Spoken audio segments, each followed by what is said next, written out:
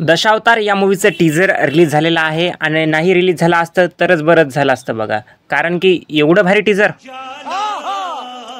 एकीकडे तेच मराठी चित्रपट काढून सर्व मराठी चित्रपट फ्लॉप होत आहेत आणि दुसरीकडे या मूवीचा टीझर वा एकदम भारी मी असं म्हणेल. यापूर्वीही दशावतार नावाने 2 मूवीज जे आहेत ते रिलीज झालेले आहेत. एक कमल हासन यांचा मूवी होता तर दुसरा ॲनिमेटेड मूवी होता. आता सर्वजण या मूवीला रिलीज पूर्वीच एवढं का प्रेज करत आहेत. तुम्ही खूप सारे इन्फ्लुएन्सर्सला बघितलं असेल की खूप जण या मूवीला चांगलं म्हणत आहेत. तर त्याचं कारणही तसंच आहे बघा. मेन म्हणजे की खूप कमी वेळेस मराठीमध्ये असे सब्जेक्ट जे आहेत हाताळले जातात. नाही तर नॉर्मल मराठी मूवीज जे आहेत सतत ते येतच राहतात, परंतु खूप वेळेस असं कमी काहीतरी एक वेगळं लाईनअपच्या काहीतरी वेगळं मराठी इंडस्ट्रीमध्ये पाहावयास भेटतं आणि त्याच प्रकारचा हा मूवी आहे बघा दशावतार.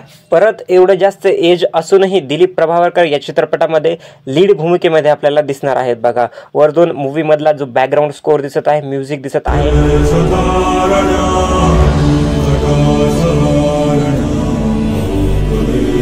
आणि मेन म्हणजे परत मूवी मधील जे लास्टची फ्रेम आहे बघा की मेन कॅरेक्टर दिसत आहे जो की जहाजीमध्ये बसलेला आहे.